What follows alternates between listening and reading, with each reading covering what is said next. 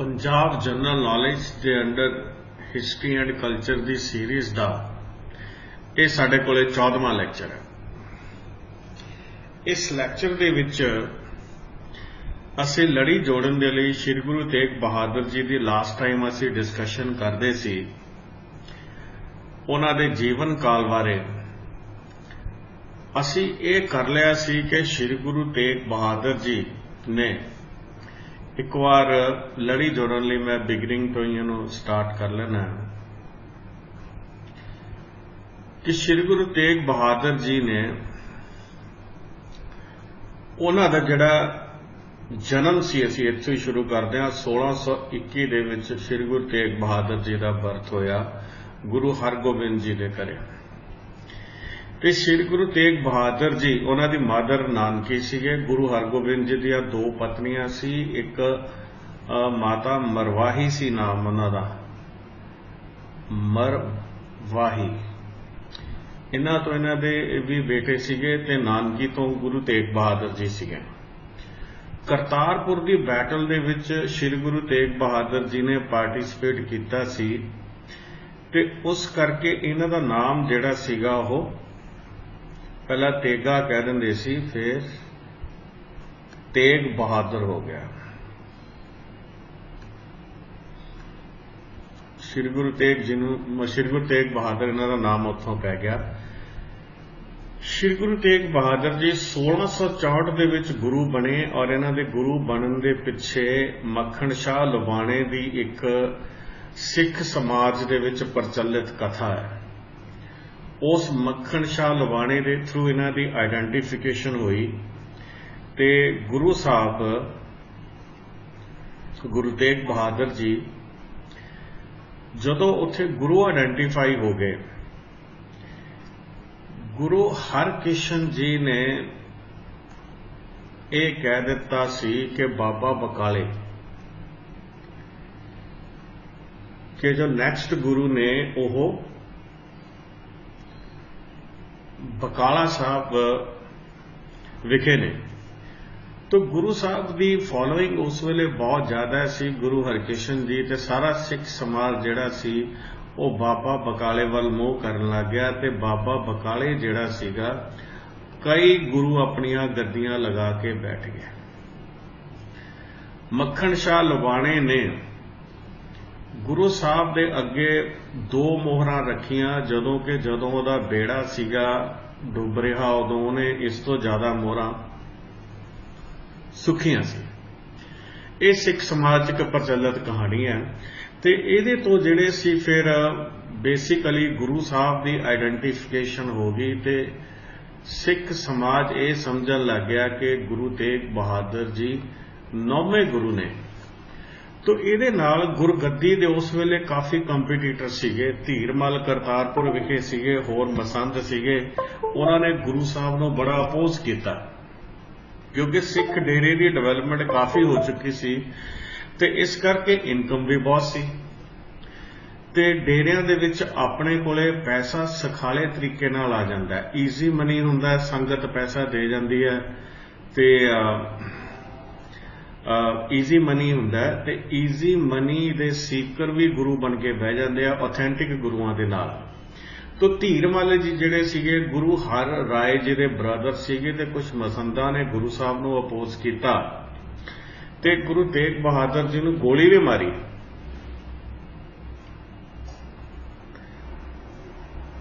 गुरु तेग बहादुर जी नूं गोली भी मारी गई ते गुरु तेग बहादुर जी किसी तरह बच गए। फिर गुरु तेग बहादुर जी उथों मूव आउट करके ते उन्होंने मूव आउट करके वो अमृतसर गए तो अमृतसर भी उन्होंने लिए दरवाजे जिहड़े सी बंद कर दिते गए। उस वेले दे पुजारी वर्ग ने गोइंदवाल साहब गए, तरनताਰਨ साहब गए। फिर वो ये सारिया प्लेसिस छड्ड के शिवालिक दी फुट हिल्स दे विच रोपड़ दे नेड़े कीरतपुर साहब जगह उत्थे गए। कीरतपुर साहब विखे गुरु हरगोबिंद जी, गुरु हर राय जी ये भी उत्थे रहिंदे सी ते उन्हां दा सारा परिवार जिहड़ा सीगा वो कीरतपुर साहब तो जिहड़ा शिफ्ट कर गया सी तो इस करके जिहड़ा सी साडे कोले कीरतपुर साहब वो चले गए। कीरतपुर साहब भी वो मतलब कि उन्होंने उहो जिहा एनवायरनमेंट नहीं मिलिया, उन्होंने कज़न सीगे ते उन्होंने करके उन्होंने थोड़ा कीरतपुर साहब तो दूर जाना जाण दी बारे सोचा। तो आनंदपुर साहब उन्होंने एक राजे तो जगह खरीद रखी सी। आनंदपुर साहब का पहला नाम माखोवाल सी, माखोवाल। इस जगह के उत्ते वो चले गए ते इत्थे फिर पहुंच के इत्थे भी उन्होंने जिहड़ी पीस ऑफ माइंड नहीं मिली। फिर उन्होंने बेसिकली सिख धर्म के प्रचार करने के लिए उन्होंने ट्रैवल करना शुरू किया। तो इस ट्रैवलिंग के दौरान वो सैफाबाद पहुंचे। सैफाबाद बहादुरगढ़ है, पटियाले के नेड़े है, इत्थे पुलिस का ट्रेनिंग सेंटर भी है। फिर हिसार पहुंचे। जदों वो दिल्ली के नेड़े पहुंच गए, गुरु राम राय जी ने अपनी जिहड़ी गद्दी सी वो देहरादून दे विच एस्टैबलिश की हुई सी। गुरु राम राय जी ने ते गुरु राम राय जी दी मुगल कोर्ट दे विच चंगी सेह सी। गुरु राम राय जी गुरु तेग बहादुर जी दे उत्थे आण दे करके अनकंफर्टेबल फील कर लगे तो उन्होंने गुरु तेग बहादुर जी को अरेस्ट करवाता। गुरु जी जिहड़े सीगे ये नज़रबंद किए गए। जयपुर का राजा सी उत्थे प्रिंस राम सिंह, जिहड़े कि राजा मिर्जा जय सिंह का बेटा सी, उहदे घरे गुरु साहब रहे ते ये राजा जयपुर तो सीगा। गुरु तेग बहादुर जी ਨੂੰ ਬਾਅਦ ਚ ਇਹਨਾਂ ਦੇ ਕਹਿਣ ਦੇ ਨਾਲ, ਇਹਨਾਂ ਦੀ ਅਸ਼ੋਰੈਂਸ ਦੇ ਨਾਲ ਰਿਲੀਜ਼ ਕਰ ਦਿੱਤਾ ਗਿਆ ਗੁਰੂ ਤੇਗ ਬਹਾਦਰ ਜੀ ਨੂੰ। ਉੱਥੋਂ ਗੁਰੂ ਤੇਗ ਬਹਾਦਰ ਜੀ ਅੱਗੇ ਧਰਮ ਦਾ ਪ੍ਰਚਾਰ ਕਰਦੇ ਹੋਏ ਮਥੁਰਾ ਪਹੁੰਚ ਗਏ। ਮਥੁਰਾ ਤੋਂ ਬਾਅਦ ਗੁਰੂ ਸਾਹਿਬ ਸੀ ਜਿਹੜੇ बनारस वाराणसी भी आप कह दें इनू, नरेंद्र मोदी जी की इलैक्शन कॉन्स्टिट्यूएंसी है, पटना विखे पहुंचे। जदों बनारस विखे सीगे तो इधर जिहड़ा राजा राम जयपुर दे मिर्जा राजा जय सिंह का बेटा सीगा, उहदी ड्यूटी लग गई कि असम दे विच उत्थों दा बादशाह हैगा ते ਉਹ ਜਿਹੜੇ ਸ਼ਹਿਨशाह ਦੇ ਹੁਕਮਾਂ ਦੀ ਪਾਲਣਾ ਨਹੀਂ ਕਰਦਾ ਤੇ ਰਿਵੋਲਟ ਕਰ ਰਿਹਾ, ਤੇ ਉਹਦੀ ਰਿਵੋਲਟ ਦਬਾਉਣੀ ਸੀ ਇਹਨੇ ਰਾਜਾ ਰਾਮ ਸਿੰਘ ਨੇ। ਤੇ ਇਹ ਗੁਰੂ ਸਾਹਿਬ ਦੇ ਕੋਲ ਆਇਆ, ਗੁਰੂ ਤੇਗ ਬਹਾਦਰ ਜੀ ਕੋਲ। ਗੁਰੂ ਤੇਗ ਬਹਾਦਰ ਜੀ ਇਹਦੇ ਨਾਲ, ਗੁਰੂ ਤੇਗ ਬਹਾਦਰ ਜੀ ਨੇ ਰਾਜਾ ਰਾਮ ਸਿੰਘ ਨਾਲ ਬ੍ਰਹਮਪੁੱਤਰ ਜਿਹੜਾ ਸੀ ਇਹ ਕ੍ਰਾਸ ਕਰਤਾ। ਕ੍ਰਾਸ ਕਰਕੇ ਸਿਲਹੱਤ, चिटागांव, सोनदीप ते ढाका, ये सारिया प्लेसिस गुरु साहब ने विजिट कीतियां। इत्थे इन्हां दे बकायदा गुरुद्वारा साहब या उस वेले दे एविडेंसिस मौजूद ने। इहदे नाल ही हुण इत्थे जदों गुरु साहब उत्थे पहुंच गए दसंबर 1666 ਦੇ ਵਿੱਚ ਮਾਤਾ ਗੁਜਰੀ ਜੀ ਜਿਹੜੇ ਸੀਗੇ ਐਡਵਾਂਸ ਸਟੇਜ ਆਫ ਪ੍ਰੈਗਨੈਂਸੀ ਸੀ ਤੇ ਇਹਨਾਂ ਦਾ ਉੱਥੇ ਗੁਰੂ ਗੋਬਿੰਦ ਸਿੰਘ ਜੀ ਦਾ ਬਰਥ ਹੋਇਆ। ਗੁਰੂ ਗੋਬਿੰਦ ਸਿੰਘ ਜੀ, ਉਹਨਾਂ ਦਾ ਉਸ ਵੇਲੇ ਨਾਮ ਗੋਬਿੰਦ ਰਾਏ रखा गया। गुरु गोबिंद सिंह जी के बर्थ नाल बड़ियां कथावां ने ते सिख समाज प्रचलित ने, वो असीं इस वेले कवर नहीं करांगे। ते उस तो उपरंत जदों गुरु साहब वापस पटना पहुंचे तो पंजाब तो मैसेज आ गया ते वो पंजाब वालों वापस गुरु साहब तुर पे पंजाब वालों। हुण उत्थे इस तरह सीगा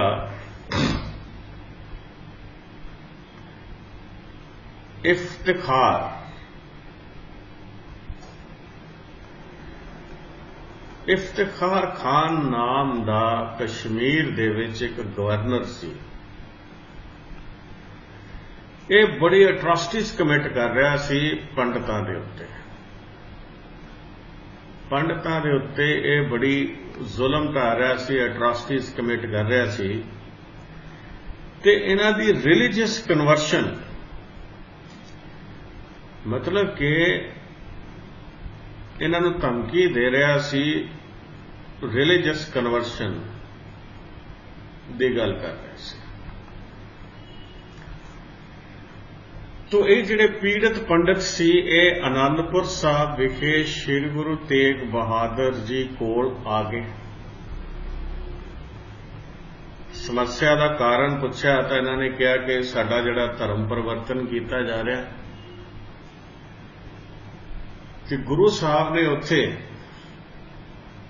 ਇਹਨਾਂ ਨੂੰ ਇਹ ਗੱਲ ਕਹਿ ਦਿੱਤੀ ਕਿ ਤੁਸੀਂ ਆਪਣੇ ਰਾਜੇ ਨੂੰ ਜਾ ਕੇ ਕਹਿ ਦਿਓ ਕਿ ਤੁਸੀਂ ਸਾਡੇ ਗੁਰੂ ਨੂੰ ਕਨਵਰਟ ਕਰ ਲਓ, ਅਸੀਂ ਸਾਰੇ ਦੇ ਸਾਰੇ ਕਨਵਰਟ ਹੋ ਜਾਵਾਂਗੇ। ਤੋ ਜੋ ਸਮੱਸਿਆ ਬ੍ਰਾਹਮਣ ਸਮਾਜ ਦੇ ਉੱਤੇ ਕਸ਼ਮੀਰ ਦੇ ਵਿੱਚ ਆਈ ਹੋਈ ਸੀ, ਕਸ਼ਮੀਰੀ ਪੰਡਤਾਂ ਦੀ ਸਮੱਸਿਆ ਨੂੰ ਗੁਰੂ ਸਾਹਿਬ ਨੇ ਆਪਣੇ ਉੱਤੇ ਲੈ ਲਿਆ, ਆਪ ਸਹੇੜ ਲਈ ਤੇ ਇਫਤਿਖਾਰ ਖਾਨ ਨੂੰ ਉਹਨਾਂ ਨੇ ਜਾ ਕੇ ਇਨਫੋਰਮ ਕਰ ਦਿੱਤਾ। ਸੂਚਨਾ ਹੌਲੀ ਹੌਲੀ ਪਹੁੰਚਦੇ ਔਰੰਗਜ਼ੇਬ ਕੋਲੇ ਪਹੁੰਚ ਗਈ ਤੇ ਔਰੰਗਜ਼ੇਬ ਨੇ ਗੁਰੂ ਸਾਹਿਬ ਨੂੰ ਸੰਮਨ ਕਰਤਾ ਵੀ ਤੁਸੀਂ ਆਓ, ਬੁਲਾ ਲਿਆ। ਹੁਣ ਗੁਰੂ ਸਾਹਿਬ ਉੱਥੇ ਯਾਤਰਾ ਕਰਦੇ ਕਰਦੇ ਘੁੰਮਦੇ ਫਿਰਦੇ ਆਗਰੇ ਪਹੁੰਚ ਗਏ।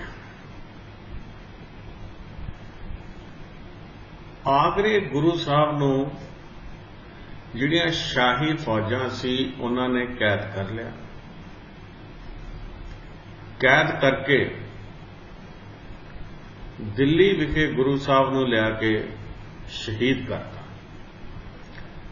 1675 ਦੇ ਵਿੱਚ ਉਹਨਾਂ ਦੀ ਐਗਜ਼ੀਕਿਊਸ਼ਨ ਹੋਈ ਗੁਰੂ ਤੇਗ ਬਹਾਦਰ ਜੀ ਦੀ। ਇਸ ਐਗਜ਼ੀਕਿਊਸ਼ਨ ਦੀ ਜਿਹੜੀ ਆਪਾਂ ਗੱਲ ਕਰਦੇ ਹਾਂ, 9ਵੇਂ ਪਾਤਸ਼ਾਹ ਦੀ ਐਗਜ਼ੀਕਿਊਸ਼ਨ ਬਾਰੇ ਗੁਰੂ ਸਾਹਿਬ ਉਸ ਵੇਲੇ 9 ਸਾਲ ਦੇ ਸੀ। 9 ਸਾਲ ਦੇ ਬੱਚੇ ਨੂੰ ਸਫੀਸ਼ੀਐਂਟ ਸਮਝ ਹੁੰਦੀ ਹੈ ਤੇ ਉਹਨਾਂ ਨੇ ਦਸਮ ਗ੍ਰੰਥ ਦੇ ਵਿੱਚ, ਜੋ ਦਸਮ ਗ੍ਰੰਥ ਦੇ ਵਿੱਚ ਇਹਦੇ ਬਾਰੇ ਡਿਟੇਲ ਚ ਲਿਖਿਆ, ਤਿਲਕ ਜੰਜੂ ਰਾਖਾ ਪ੍ਰਭ ਤਾਕਾ ਕੀਨੋ ਬਡੋ ਕਲੂ ਮੈਂ ਸਾਖਾ, ਤੇ ਇਹ ਲਾਈਨਾਂ ਬੜੀਆਂ ਫੇਮਸ ਨੇ। ਸੀਸ ਦਿਆ ਪਰ ਸਿਰ ਨਾ ਦਿਆ। ਮੈਂ ਇਹਦੇ ਤੇ ਰਤਨ ਸਿੰਘ ਭੰਗੂ ਦਾ ਲਿਖਿਆ ਵਰਜਨ ਤੁਹਾਨੂੰ ਸੁਣਾਵਾਂਗਾ, ਨਾਲ ਥੋੜਾ ਜਿਹਾ ਦੂਜੇ ਇਤਿਹਾਸਕਾਰਾਂ ਦੀ ਗੱਲ ਇੱਕ ਵਾਰ ਜ਼ਰੂਰ ਕਰਾਂਗਾ। ਇਹ ਸਾਰੀ ਜੋ ਮੈਂ ਤੁਹਾਨੂੰ ਕਹਾਣੀ ਸੁਣਾਈ ਹੈ, ਇਹ ਸਿੱਖ ਸਮਾਜ ਦੇ ਵਿੱਚ ਇਸ ਤਰ੍ਹਾਂ ਪ੍ਰਚਲਿਤ ਹੈ ਜਿਸ ਤਰ੍ਹਾਂ ਮੈਂ ਤੁਹਾਨੂੰ ਸੁਣਾਈ ਹੈ। ਥੋੜੀ ਮੋਟੀ ਵੇਰੀਏਸ਼ਨ ਹੋ ਸਕਦੀ ਹੈ। ਆ ਮੈਂ ਜਰਾ ਇੱਕ ਫੈਮਿਲੀ ਟਰੀ ਦੇਖਦਾ। ਗੁਰੂ ਹਰਗੋਬਿੰਦ ਜੀ ਦੀਆਂ 2 ਸ਼ਾਦੀਆਂ, ਮਰਵਾਹੀ ਜੀ ਦੇ ਨਾਲ ਤੇ ਨਾਨਕੀ ਜੀ ਦੇ ਨਾਲ। ਗੁਰੂ ਤੇਗ ਬਹਾਦਰ ਜੀ ਜਿਹੜੇ ਸੀਗੇ ਉਹਨਾਂ ਦਾ ਬਰਥ ਨਾਨਕੀ ਜੀ ਤੇ ਗੁਰੂ ਗੋਬਿੰਦ ਸਿੰਘ ਜੀ ਗੁਰੂ ਹਰਗੋਬਿੰਦ ਜੀ ਦੀ ਮੈਰਿਜ ਤੋਂ ਹੋਇਆ ਤੇ ਗੁਰੂ ਤੇਗ ਬਹਾਦਰ ਜੀ ਦੀ ਮੈਰਿਜ ਮਾਤਾ ਗੁਜਰੀ ਜੀ ਦੇ ਨਾਲ ਹੋਈ ਤੇ ਉਹਨਾਂ ਤੋਂ ਗੁਰੂ ਗੋਬਿੰਦ ਸਿੰਘ ਜੀ ਦਾ ਬਰਥ ਹੋਇਆ। ਗੁਰੂ ਗੋਬਿੰਦ ਸਿੰਘ ਜੀ ਦੀਆਂ ਮੈਰਿਜਸ ਨੇ ਜਿਹੜੀਆਂ ਉਹ 3 ਮੈਰਿਜਸ ਆਮ ਤੌਰ ਤੇ ਕਹੀਆਂ ਜਾਂਦੀਆਂ ਨੇ ਤੇ 2 ਮੈਰਿਜਸ ਤੋਂ ਦੇ ਵਿੱਚੋਂ ਉਹਨਾਂ ਦੇ ਜਿਹੜੇ ਬੇਟੇ ਸੀਗੇ। ਇਹਦੇ ਤੇ ਥੋੜਾ ਜਿਹਾ ਇਤਿਹਾਸਕਾਰਾਂ 'ਚ ਆਪਸ ਦੇ ਵਿੱਚ ਉਲਝਾ ਵੀ ਹੈਗਾ, ਪਰ ਮੈਂ ਜਿਹੜਾ ਜ਼ਿਆਦਾ ਐਕਸੈਪਟਡ ਵਿਊ ਉਹ ਤੁਹਾਨੂੰ ਦੱਸਦਾ। ਤੋ ਇਹਦੇ ਵਿੱਚ ਗੁਰੂ ਸਾਹਿਬ ਦੇ ਜਿਹੜੇ ਸੀਗੇ ਅੱਗੇ ਸਾਹਿਬਜ਼ਾਦੇ, 4 ਸਾਹਿਬਜ਼ਾਦੇ ਹੋਏ, ਜੁਝਾਰ ਸਿੰਘ, ਫਤਿਹ ਸਿੰਘ, ਜੋਰਾਵਰ ਸਿੰਘ ਤੇ ਅਜੀਤ ਸਿੰਘ। ਤੇ ਇੱਕ ਮੈਂ ਇੱਥੇ ਤੁਹਾਡੇ ਧਿਆਨ 'ਚ ਲਿਆ ਦਿਆਂ ਕਿ ਜਿਹੜੀ ਮਾਤਾ ਸੁੰਦਰੀ ਸੀ ਮਾਤਾ ਸੁੰਦਰੀ ਨੇ ਗੁਰੂ ਸਾਹਿਬ ਦੀ ਡੈਥ ਤੋਂ ਬਾਅਦ ਅਜੀਤ ਸਿੰਘ ਨਾਂ ਦੇ ਇੱਕ ਲੜਕੇ ਨੂੰ ਗੋਦ ਲਿਆ ਸੀ। ਲੜਕਾ ਗੋਦ ਲੈ ਕੇ ਉਹਦਾ ਨਾਮ ਅਜੀਤ ਸਿੰਘ ਰੱਖਤਾ ਸੀ। ਮੁਗਲਾਂ ਨੇ ਇਸ ਅਜੀਤ ਸਿੰਘ ਨੂੰ ਰਿਕੋਗਨਾਈਜ਼ ਕਰਕੇ ਉਹਨੂੰ ਰਿਆਸਤ ਵੀ ਦੇਤੀ ਸੀ, ਪਰ ਉਹ ਇਸ ਅਜੀਤ ਸਿੰਘ ਦਾ ਤੇ ਮਾਤਾ ਸੁੰਦਰੀ ਦਾ ਉਸ ਤੋਂ ਬਾਅਦ ਕੋਈ ਬਹੁਤ ਜ਼ਿਆਦਾ ਪੋਜ਼ਿਟਿਵ ਰੋਲ ਨਹੀਂ ਸੀਗਾ। ਉਹਨਾਂ ਦੇ ਬੰਦਾ ਬਹਾਦਰ ਦੇ ਨਾਲ ਡਿਫਰੈਂਸਿਸ ਸੀ ਤੇ ਉਹਦੇ ਬਾਰੇ ਜ਼ਿਆਦਾ ਗੱਲ ਆਪਾਂ ਜਦੋਂ ਬੰਦਾ ਬਹਾਦਰ ਜੀ ਕੀਤੇ ਉਦੋਂ ਕਰਾਂਗੇ। ਗੁਰੂ ਸਾਹਿਬ ਦੀ ਜਿਹੜੀ ਐਗਜ਼ੀਕਿਊਸ਼ਨ ਹੈ, ਸ਼ਹਾਦਤ ਹੈ, ਇਹ 1675 ਦੇ ਵਿੱਚ ਹੋ ਗਈ ਤੇ ਇਹ ਬੜੀ ਦੁਨੀਆ ਦੀ ਇੱਕ ਯੂਨੀਕ ਸ਼ਹਾਦਤ ਹੈ ਜਿੱਥੇ ਇੱਕ ਧਰਮ ਗੁਰੂ ਨੇ ਦੂਸਰੇ ਧਰਮ ਦੀ ਖਾਤਰ ਆਪਣੇ ਪ੍ਰਾਣ ਦਿੱਤੇ। ਜਾਂ ਆਪਾਂ ਇਹ ਕਹਿ ਲਈਏ ਕਿ ਹਿੰਦੁਸਤਾਨ ਦੇ ਲਈ, ਜਾਂ ਮੈਂ ਵੈਸੇ ਵਰਗ ਦੀ ਹੋਈ ਗੱਲ ਕਰਾਂਗਾ ਕਿਉਂਕਿ ਹਿੰਦੁਸਤਾਨ ਦਾ ਆਹ ਕਨਸੈਪਟ ਹੈ ਨਹੀਂ ਸੀ ਉਸ ਵੇਲੇ ਨੇਸ਼ਨ ਦਾ ਜਿਹੜਾ ਹੋਣਾ। ਤੋ ਇਹ ਕਸ਼ਮੀਰੀ ਪੰਡਤਾਂ ਦੀ ਰਿਲੀਜੀਅਸ ਇੰਡੀਪੈਂਡੈਂਸ ਦੇ ਲਈ ਉਹਨਾਂ ਨੇ ਆਪਣੀ ਜਾਨ ਕੁਰਬਾਨ ਕਰਤੀ। ਇੱਕ ਥੋੜਾ ਜਿਹਾ ਮੈਂ ਇੱਥੇ ਤੁਹਾਨੂੰ ਨੌਲੇਜ ਲਈ ਦੱਸ ਦੇਣਾ ਚਾਹੁੰਦਾ। ਕਨਿੰਗਮ ਨੂੰ ਆਮ ਤੌਰ ਤੇ ਸਿੱਖ ਹਿਸਟਰੀ ਦੇ ਲਈ ਬੜਾ ਰਿਸਪੈਕਟਫੁਲੀ ਕਈ ਲੋਕ ਦੇਖਦੇ ਨੇ। ਉਹਨਾਂ ਨੇ ਬਹੁਤ ਵਧੀਆ ਹਿਸਟਰੀ ਲਿਖੀ ਹੈ, ਪਰ ਉਹਨਾਂ ਦੀ ਲਿਖੀ ਹੋਈ ਹਿਸਟਰੀ ਸਾਰੇ ਠੀਕ ਨਹੀਂ ਹੈ ਤੇ ਕਾਫੀ ਇਤਰਾਜ਼ਯੋਗ ਵੀ ਹੈ। ਟਰੰਪ ਜਰਮਨ ਦੇ ਸੀਗੇ, ਇਹਨਾਂ ਨੇ ਗੁਰੂ ਸਾਹਿਬ ਦੀ ਸ਼ਹਾਦਤ ਹੈ ਜਿਹੜੀ, ਇੱਕ ਗੁਲਾਮ ਹੁਸੈਨ ਨੇ ਕੋਈ ਬੁੱਕ ਲਿਖੀ ਸੀ ਉਸ ਵੇਲੇ ਤੇ ਉਹ ਬੁੱਕ ਦਾ ਨਾਂ ਸੀਅਰ ਉਲ ਮੁੱਤੀਖਰੀਨ ਇਹ ਸੀਗਾ। ਉਹਦੇ ਚ ਉਹਨਾਂ ਨੇ ਕਿਹਾ ਕਿ ਪੰਜਾਬ ਦੇ ਵਿੱਚ ਦੋ ਜਿਹੜੇ ਸੰਤ ਸੀ ਇਹ ਬੜੇ ਪਾਵਰਫੁਲ ਹੋ ਰਹੇ ਸੀ। ਇਹ ਬਹੁਤ ਧਿਆਨ ਨਾਲ ਦੱਸਣਾ, ਇਹ ਵਰਜਨ ਮੈਂ ਉਹ ਦੇ ਰਿਹਾ ਜਿਹੜਾ ਕਨਿੰਗਮ ਨੇ ਲਿਖਿਆ ਹੋਇਆ। ਕਨਿੰਗਮ ਸਾਹਿਬ ਨੇ ਇਹ ਲਿਖਿਆ ਹੈ ਕਿ ਇੱਕ ਦਾ ਨਾਮ ਹਾਫਿਜ਼ ਸੀ। ਹਾਫਿਜ਼ ਸ਼ੇਖ ਅਹਿਮਦ ਸਰਹੰਦੀ ਦਾ ਚੇਲਾ ਸੀ। ਸ਼ੇਖ ਅਹਿਮਦ ਸਰਹੰਦੀ ਨਕਸ਼ਾਬੰਦੀ ਸੈਕਟ ਦੇ ਸੀਗੇ ਤੇ ਇਹਨਾਂ ਨੇ ਗੁਰੂ ਅਰਜਨ ਦੇਵ ਜੀ ਦੀ ਸ਼ਹਾਦਤ ਕਰਾਈ ਸੀ। ਇਹਨਾਂ ਦੀ ਗੁਰਗੱਦੀ ਹੈ ਜਿਹੜੀ ਫਤਿਹਗੜ੍ਹ ਸਾਹਿਬ ਤੋਂ ਜਦੋਂ ਆਪਾਂ ਬਸੀ ਨੂੰ ਜਾਂਦੇ ਹਾਂ ਰੇਲਵੇ ਲਾਈਨ ਕ੍ਰਾਸ ਕਰਕੇ ਤਾਂ ਇਹ ਰਾਈਟ ਸਾਈਡ ਤੇ ਆਉਂਦੀ ਹੈ। ਬੜੀ ਵੱਡੀ ਮਜ਼ਾਰ ਹੈ ਤੇ ਮੁਸਲਮਾਨਾਂ 'ਚ ਬੜੀ ਫੇਮਸ ਮਜ਼ਾਰ ਹੈ। ਦੂਜੇ ਸੀ ਗੁਰੂ ਤੇਗ ਬਹਾਦਰ। ਬਹੁਤ ਹੀ ਗੰਦੀ ਭਾਸ਼ਾ ਦਾ ਇਸਤੇਮਾਲ ਕੀਤਾ, ਮੈਂ ਇੱਥੇ ਉਹਦਾ ਇਸਤੇਮਾਲ ਨਹੀਂ ਕਰ ਸਕਦਾ। ਤਾਂ ਉਹਨਾਂ ਨੇ ਕਿਹਾ ਕਿ ਇਹ ਹਾਫਿਜ਼ ਐਡਮ ਤੇ ਗੁਰੂ ਤੇਗ ਬਹਾਦਰ ਜੀ ਦੀ ਐਕਟੀਵਿਟੀਜ਼ ਕਰਕੇ ਪੰਜਾਬੀ ਬਹੁਤ ਦੁਖੀ ਸੀਗੇ ਤੇ ਇਹਨਾਂ ਦੀ ਇਨਫਲੂਐਂਸ ਬਹੁਤ ਜ਼ਿਆਦਾ ਵੱਧ ਰਹੀ ਸੀ ਤੇ ਇਹਨਾਂ ਨੂੰ ਬੁਲਾਇਆ ਗਿਆ, ਸੰਮਨ ਕਰਕੇ ਇਹਨਾਂ ਨੂੰ ਐਕਸਪੋਜ਼ ਕੀਤਾ ਗਿਆ। ਤੇ ਹੁਣ ਮੈਂ ਜਿਹੜਾ ਟਰੰਪ ਨੇ ਜੋ ਕੁਛ ਜਾਂ ਕਨਿੰਗਮ ਨੇ ਲਿਖਿਆ ਉਹ ਮੈਂ ਅੱਗੇ ਨਹੀਂ ਦੱਸ ਸਕਦਾ, ਸਿਰਫ ਇੰਨਾ ਕੀ ਦੱਸ ਸਕਦਾ, ਤੁਹਾਨੂੰ ਦੱਸਣਯੋਗ ਨਹੀਂ ਆ ਉਹ। ਉਸ ਤੋਂ ਬਾਅਦ ਰਤਨ ਸਿੰਘ ਭੰਗੂ ਨੇ ਪ੍ਰਾਚੀਨ ਪੰਥ ਪ੍ਰਕਾਸ਼ ਲਿਖੀ ਹੈ ਔਰ ਇਹ ਤਕਰੀਬਨ 1850 ਦੇ ਕੋਲ ਲਿਖੀ ਗਈ ਹੈ। ਇਹ ਅੰਗਰੇਜ਼ ਰੈਜ਼ੀਡੈਂਸ ਸੀ ਲੁਧਿਆਣੇ, ਕੋਈ ਅੰਗਰੇਜ਼ ਮਹਾਰਾਜਾ ਰਣਜੀਤ ਸਿੰਘ ਨਾਲ ਸੰਧੀ ਹੋਈ ਸੀ। ਸਤਲੁਜ ਤੋਂ ਦਿੱਲੀ ਵਾਲੇ ਪਾਸੇ ਵਾਲਾ ਏਰੀਆ ਅੰਗਰੇਜ਼ਾਂ ਕੋਲ ਸੀ ਤੇ ਸਤਲੁਜ ਤੋਂ ਅੰਮ੍ਰਿਤਸਰ ਤਰਨਤਾਰਨ ਵਾਲਾ ਪਾਸਾ ਅਪ ਟੂ ਲਾਹੌਰ ਮਹਾਰਾਜਾ ਰਣਜੀਤ ਸਿੰਘ ਕੋਲ ਸੀ। ਤੇ ਇਹ ਜਿਹੜਾ ਲੁਧਿਆਣੇ ਦੇ ਵਿੱਚ ਅੰਗਰੇਜ਼ਾਂ ਦਾ ਇੱਕ ਰੈਜ਼ੀਡੈਂਟ ਬਹਿੰਦਾ ਸੀ ਤੇ ਉਹਨਾਂ ਦਾ ਸਿੱਖ ਇਤਿਹਾਸ 'ਚ ਇੰਟਰਸਟ ਸੀ। ਰਤਨ ਸਿੰਘ ਭੰਗੂ ਤੇ ਇੱਕ ਬੂਟੇ ਸ਼ਾਹ ਤੋਂ ਉਹਨਾਂ ਨੇ ਹਿਸਟਰੀ ਲਿਖਾਈ ਸੀ। ਬੂਟੇ ਸ਼ਾਹ ਜਿਹੜੀ ਆਪਾਂ ਕਹਿ ਦਿੰਦੇ ਹਾਂ ਹਰਮੰਦਰ ਸਾਹਿਬ ਦਾ ਨੀਂਹ ਪੱਥਰ ਮੀਆਂ ਮੀਰ ਨੇ ਲਿਖਿਆ ਹੈ, ਇਹਦਾ ਐਵੀਡੈਂਸ ਪਹਿਲਾਂ ਬੂਟੇ ਸ਼ਾਹ ਤੋਂ ਮਿਲਦਾ। ਦੂਜੀ ਹਿਸਟਰੀ ਉਹਨਾਂ ਨੇ ਰਤਨ ਸਿੰਘ ਭੰਗੂ ਤੋਂ ਲਿਖਾਈ ਸੀ। ਜਿਹੜੀ ਰਤਨ ਸਿੰਘ ਭੰਗੂ ਤੋਂ ਹਿਸਟਰੀ ਲਿਖਾਈ ਹੈ ਉਹਦੇ 'ਚ ਵਰਜਨ ਇਹ ਲਿਖਿਆ ਕਿ ਕਾਜ਼ੀਆਂ ਨੇ ਗੁਰੂ ਤੇਗ ਬਹਾਦਰ ਜੀ ਨੂੰ ਕਿਹਾ ਕਿ ਜੇ ਤੁਸੀਂ ਵਲੀ ਹੋ ਤਾਂ ਸਾਨੂੰ ਚਮਤਕਾਰ ਕਰਕੇ ਦਿਖਾਓ, ਸਾਨੂੰ ਇਹ ਸਾਬਤ ਕਰੋ ਕਿ ਤੁਸੀਂ ਵਲੀ ਹੋ। या खुदा दे बंदे हो या खुदा मतलब कि रब हो या इस तरह का कुछ कह लो या खुदा हो, मतलब कि गुरु साहब ने फिर सिख धर्म च चमत्कार दिखाना ठीक नहीं समझा जाता। चमत्कार की जिद तक आप गल करते हैं सिख धर्म च बैंड है। सिख जो प्रचलित इतिहास है उहदे हिसाब नाल ते उहदे विच गुरु साहब नूं जदों चमत्कार दिखाने लई कहा तो गुरु साहब ने यह कहा कि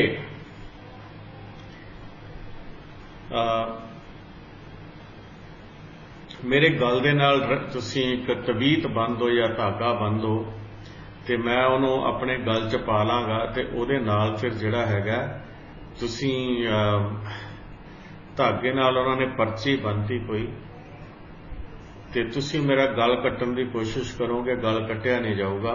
उन्होंने किरपान मारी, गुरु साहब का गल कट्टिया गया ते पर्ची चो लिखिया मिलिया सीस दिया पर सिर ना दिया।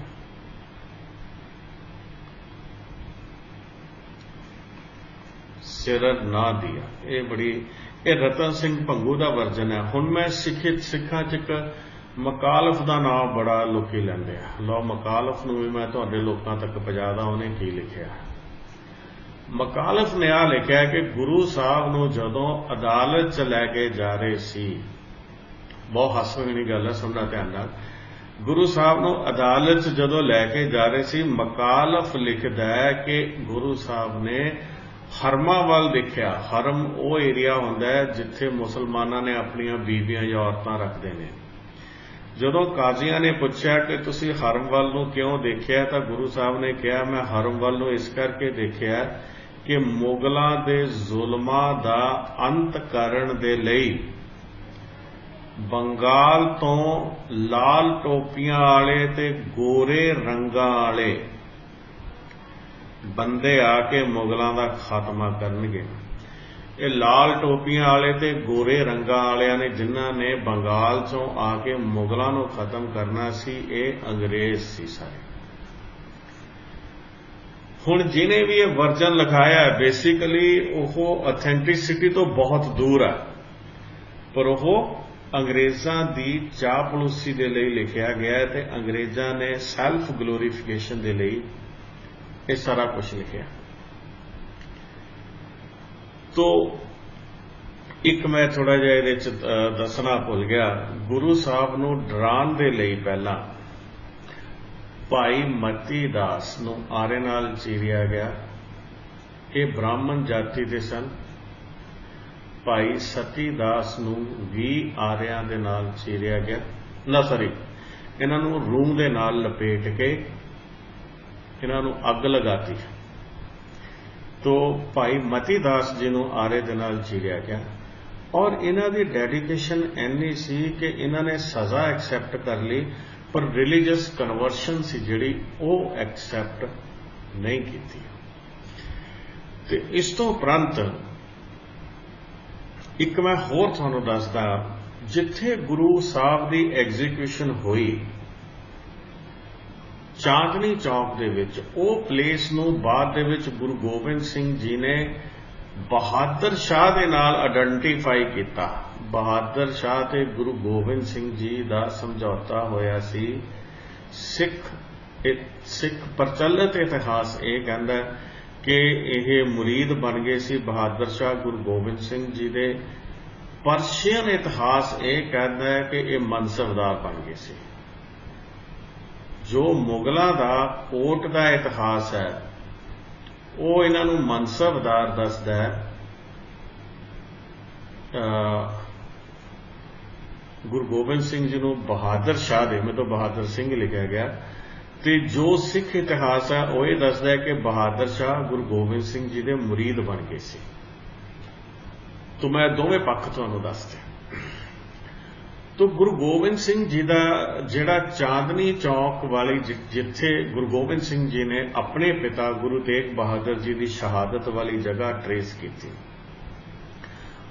उत्थे गुरुद्वारा साहब पहला इत्थे मसीत सी, बाद दे विच गुरुद्वारा साहब बघेल सिंह सी अपने एक, मैं तुहानूं पढ़ावांगा जदों ਉਹ ਪੜਾਈਆਂ ਮਿਸਲਾਂ ਪੜਾਈਆਂ। ਬੰਗੇਲ ਸਿੰਘ ਨੇ ਦਿੱਲੀ ਦੇ ਉੱਤੇ ਕਬਜ਼ਾ ਕਰ ਲਿਆ ਸੀ। ਉਸ ਵੇਲੇ ਉਹਨੇ ਮਸਜਿਦ ਦੀ ਥਾਂ ਦੇ ਉੱਤੇ ਗੁਰਦੁਆਰਾ ਸਾਹਿਬ ਬਣਾਤਾ। ਫਿਰ ਇਹ ਇੱਕ ਵਾਰ ਨਾ ਕਿਸੇ ਨੇ ਗੁਰਦੁਆਰਾ ਢਾਹ ਕੇ ਫਿਰ ਮਸਜਿਦ ਬਣਾਤੀ। ਫਾਈਨਲੀ ਫਿਰ ਇਹ 1857 ਦੇ ਵਿੱਚ ਦੁਬਾਰੇ ਉੱਥੇ ਗੁਰਦੁਆਰਾ ਸਾਹਿਬ ਬਣਿਆ ਤੇ ਗੁਰਦੁਆਰਾ ਸਾਹਿਬ ਵੀ ਉੱਥੇ ਕੰਟੀਨਿਊਡ ਰਿਹਾ। ਤੇ ਉਹ ਗੁਰਦੁਆਰਾ ਸਾਹਿਬ ਜਦੋਂ 1911 ਦੇ ਵਿੱਚ ਦਿੱਲੀ ਨੂੰ ਰਾਜਧਾਨੀ ਬਣਾਇਆ ਗਿਆ ਗਵਰਨਰ ਸਾਹਿਬ, ਉਸ ਵੇਲੇ ਸਾਡੇ ਕੋਲੇ ਉੱਥੋਂ ਦੇ ਮਹੰਤ ਸੀ ਜਿਹੜੇ, ਉਹਦੇ ਨਾਂ ਤੇ ਸੀ ਉਹ ਗੁਰਦੁਆਰਾ, ਮਹੰਤ ਦੇ ਨਾਂ ਤੇ ਗੁਰਦੁਆਰਾ ਸੀ। ਉਸ ਮਹੰਤ ਨੇ ਗੁਰਦੁਆਰੇ ਦੀ ਕੰਧ ਵਾਲੀ ਕੁਝ ਜਗ੍ਹਾ ਸੀ ਜਿਹੜੀ ਉਹ ਸਰਕਾਰ ਨੂੰ ਵੇਚਤੀ ਤੇ ਸਰਕਾਰ ਨੇ ਉਹ ਜਿਹੜੀ ਕੰਧ ਸੀ ਉਹ